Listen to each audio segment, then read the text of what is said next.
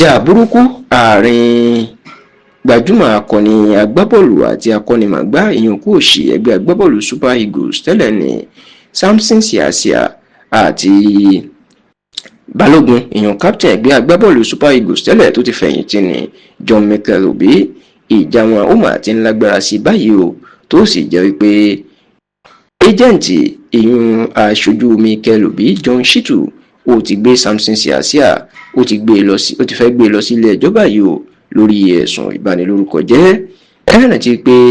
láti ọdún díẹ̀ sẹ́yìn ní ìjà ló ti ń wáyé láàrin Samson Siasia àti John Mikel Obi, èyí tó ń jẹ́ kàyéfì fáwọn èèyàn nítorí pé Samson Siasia gan ni ìgbàgbọ́ wà pé òun ló gbé ògo Mikel jáde, pàápàá lásìkò ìdíje ife ẹ̀yẹ àgbáyé àwọn ọ̀jẹ̀wẹ́wẹ́ tọ́jú orí wọn ò ju 20 ọdún lọ FIFA Under-20 World Cup tó wáyé lọ́dún 2005, níbi tí ìràwọ̀ Mikel Obi àti àwọn agbábọ́ọ̀lù bíi Lionel Messi, Sergio Kun Aguero, Taye Taiwo,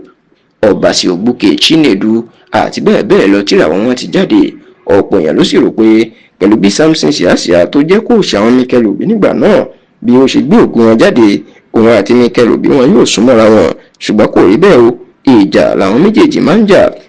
Tẹlifíṣàn Yorùbá Tòótọ́ gbọ́ pé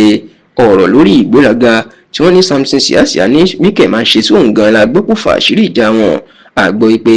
lẹ́yìn tí Mikel tó ti darapọ̀ mọ́ ẹgbẹ́ agbábọ́ọ̀lù Chelsea lórílẹ̀‐èdè England láti ẹgbẹ́ agbábọ́ọ̀lù Lyn Oslo lórílẹ̀‐èdè Norway ni wọ́n ní Samson Siasia ló ti ń pàkíyèsí sí pé ìwà ìgbéraga ti bà lé Mikel Obi. Báwọn ṣe jọ ń ṣe tẹ́lẹ̀ nǹkan ló ń ṣe, gbogbo ilé ìgan la sì gbọ́ pé ó da àárín àwọn méjèèjì rú. Ṣùgbọ́n àwọn ọ̀rọ̀ tí Mikel Obi tí ó sọ láìpẹ́ tí Samson Siasia ń fèsì sí, pàápàá bó ṣe ní lásìkò tí àwọn lọ síbi ìdíje Olympic lọ́dún kan, òun lòún san owó aeroplane táwọn wọ̀ nítorí pé ìjọba Nàìjíríà ò fáwọn lówó. Ẹni Samson Siasia ní irọ́ ni Mikel Obi ń pa, ó ní kò sówó lọ́wọ́ ẹ̀ má báyìí, ó sì ń wọ́ ọ̀nà tí yóò fi gba owó lọ́wọ́ ìjọba àpapọ̀ ni. Ṣùgbọ́n ètò wá di wàhálà báyìí ní bí Samson Siasia bó ṣe ṣe ìfọ̀rọ̀wérọ̀ tuntun tó jẹ́ kó di mímọ̀ wípé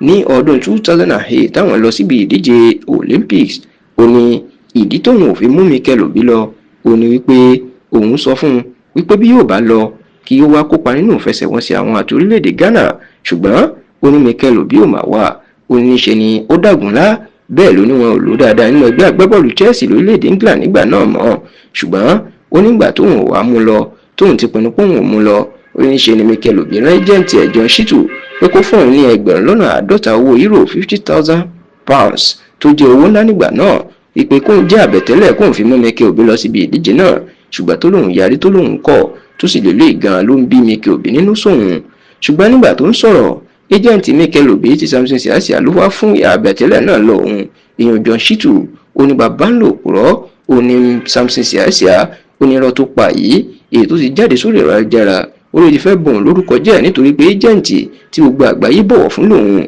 Ó láṣìírí títí Samson Siasia tú yìí, ó ló ti fẹ́ bọ̀ lórúkọ jẹ́. Fún ìdí èyí, ó lóun fún Samson Siasia lọ́jọ́ 14 gbáko láti lọ fi ṣe àtúnṣe sọ̀rọ̀ náà, kó tọrọ àforíjì lọ́wọ́ òun, kó sì gbé jáde nínú àwọn ìwé ìròyìn pé irọ́ lòun pa mọ́ òun. Yàtọ̀ sí eléyìí, ó ní kó tún san owó gbà má bínú bí $250 million.